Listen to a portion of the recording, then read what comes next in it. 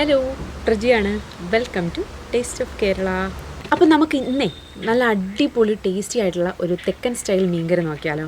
തെക്കൻ സ്റ്റൈൽ എന്ന് പറഞ്ഞാൽ നിങ്ങൾക്ക് അറിയാലോ, തിരുവനന്തപുരം കൊല്ലം സ്റ്റൈലാണ് ഞാൻ വെക്കുന്നത് കേട്ടോ. കോട്ടയം സ്റ്റൈൽ വേറെയാണ്.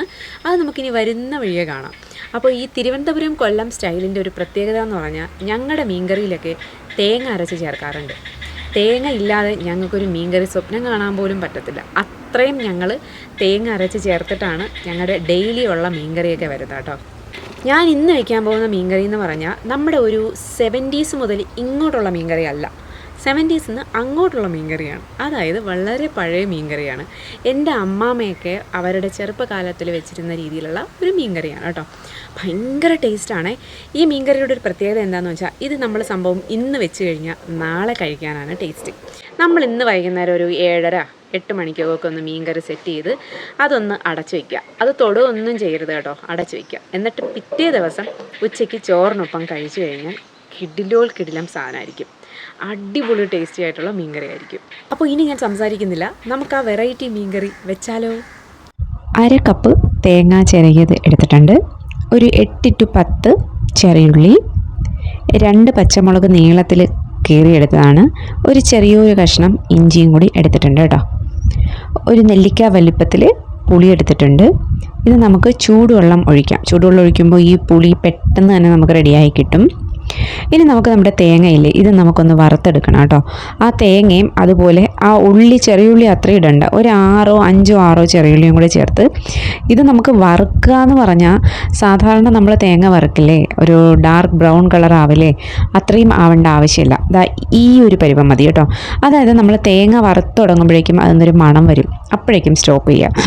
ഒരു 1/4 ടീസ്പൂൺ മഞ്ഞൾപ്പൊടി, 1 ടീസ്പൂൺ മല്ലിപ്പൊടി, 1 ടീസ്പൂൺ കാശ്മീരി മുളക് പൊടി, ഒരു 1/4 ടീസ്പൂൺ അല്ലെങ്കിൽ 1/2 ടീസ്പൂൺ, അത് എരിവിനനുസരിച്ചിട്ട് സാധാരണ എരിവുള്ള മുളക് പൊടി കേട്ടോ.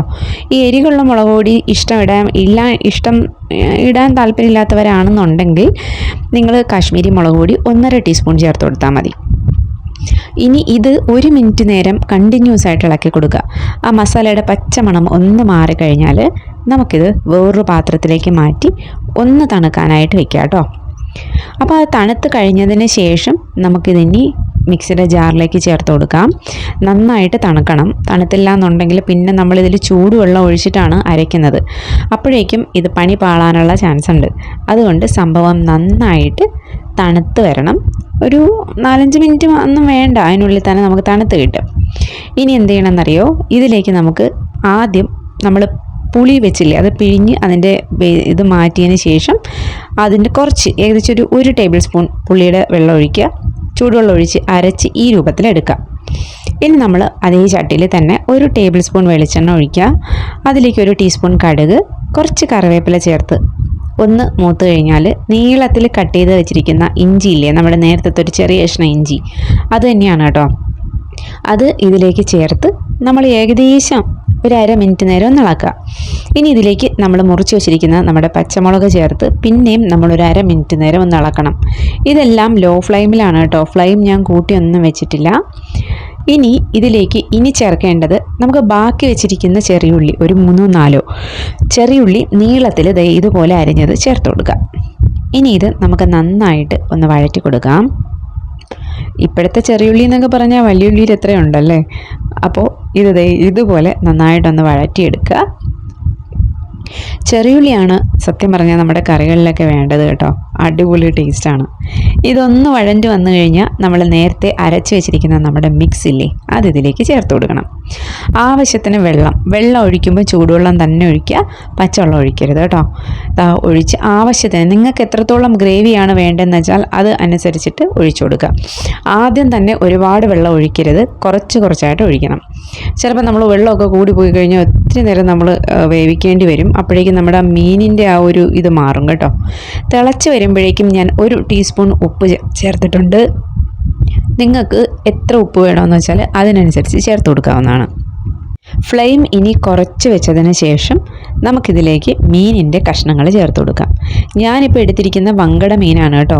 ഇതിൽ ചാള മീൻ ഒഴികെ ബാക്കി ഏത് മീൻ വേണമെങ്കിലും ഇങ്ങനെ വേവിക്കാവുന്നതാണ്. ചാള മീനും വേവിക്കാം.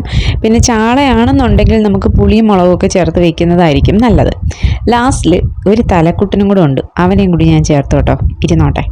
ഇനി നമ്മൾ വളരെ സ്ലോ ആയിട്ട് ഇതിങ്ങനെ ഒന്ന് ഇളക്കി കൊടുക്കുക കേട്ടോ. ഭയങ്കര സ്ലോ ആയിട്ട് ഇളക്കുക, ഇല്ലെങ്കിൽ ചട്ടി ഒന്നെടുത്ത് ഇങ്ങനെ കറക്കിയെടുത്താലും മതി. ഒന്ന് പറ്റി വരുമ്പോഴേക്കും ഇതിലേക്ക് കുറച്ച് കറിവേപ്പില ചേർത്ത് നമ്മളിത് വളരെ സ്ലോ ആയിട്ട് തടിത്തവി ഉപയോഗിച്ച് ഭയങ്കര സ്ലോ ആയിട്ട് ഇളക്കി കൊടുക്കുക കേട്ടോ. ഞാനിപ്പോൾ വീഡിയോയ്ക്ക് വേണ്ടിയാണ് കുറച്ചെങ്കിലും നിങ്ങൾക്ക് സ്പീഡിൽ കാണുന്നത്. ഇത്രയും സ്പീഡിലല്ല ഞാൻ ഇളക്കിയ കേട്ടോ, വളരെ സ്ലോ ആയിട്ടാണ് ഇളക്കിയിരിക്കുന്നത്. ഇനി നമുക്ക് ഇതിൻ്റെ ഉപ്പും കാര്യങ്ങളൊക്കെ ഒന്ന് ചെക്ക് ചെയ്യാം. ഉപ്പൊക്കെ കുറവുണ്ടെങ്കിൽ കുറച്ച് ഉപ്പൊക്കെ ചേർത്ത് കൊടുക്കുക. സംഭവം ഒന്ന് നന്നായിട്ട് കറി പറ്റി വരുമ്പോൾ 1 ടീസ്പൂൺ വെളിച്ചെണ്ണ ഒഴിച്ച് പതിയെ ഒന്ന് ഇളക്കുക, ഇല്ലെങ്കിൽ ആ ചട്ടി ഒന്ന് ചുറ്റിച്ചു കൊടുത്താലും മതി. ഇത്രയേ ഉള്ളൂ മീൻകറി. അടിപൊളി ടേസ്റ്റാണ് കേട്ടോ. ഇന്നല്ല നാളെ കഴിച്ചു നോക്കണം, ഇന്ന് വെച്ചിട്ട് കേട്ടോ. ഭയങ്കര ടേസ്റ്റാണ്, നിങ്ങൾക്ക് എല്ലാവർക്കും ഇഷ്ടപ്പെടും.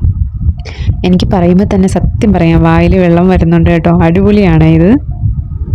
അപ്പോൾ നിങ്ങൾക്ക് എല്ലാവർക്കും ഈ വെറൈറ്റി മീൻകറി ഇഷ്ടപ്പെട്ടു എന്ന് വിചാരിക്കുന്നു. വെറൈറ്റി അല്ലേ, ഭയങ്കര വെറൈറ്റിയാണ് കേട്ടോ. നല്ല ടേസ്റ്റാണ്. നിറയെ ഗ്രേവിയൊക്കെ വരും ഇതിന്.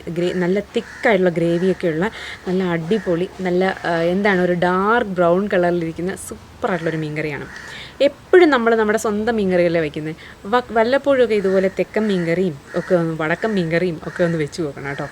നല്ല ടേസ്റ്റായിരിക്കും. ഇതിനെക്കുറിച്ച് എന്തെങ്കിലും ഡൗട്ട് ഉണ്ടെങ്കിൽ നിങ്ങളൊന്ന് ചോദിച്ചാൽ മതി, കമൻറ്റ് ചെയ്താൽ മതി, ഞാൻ പറഞ്ഞുതരാം. അപ്പോൾ ശരി, ടാറ്റാ.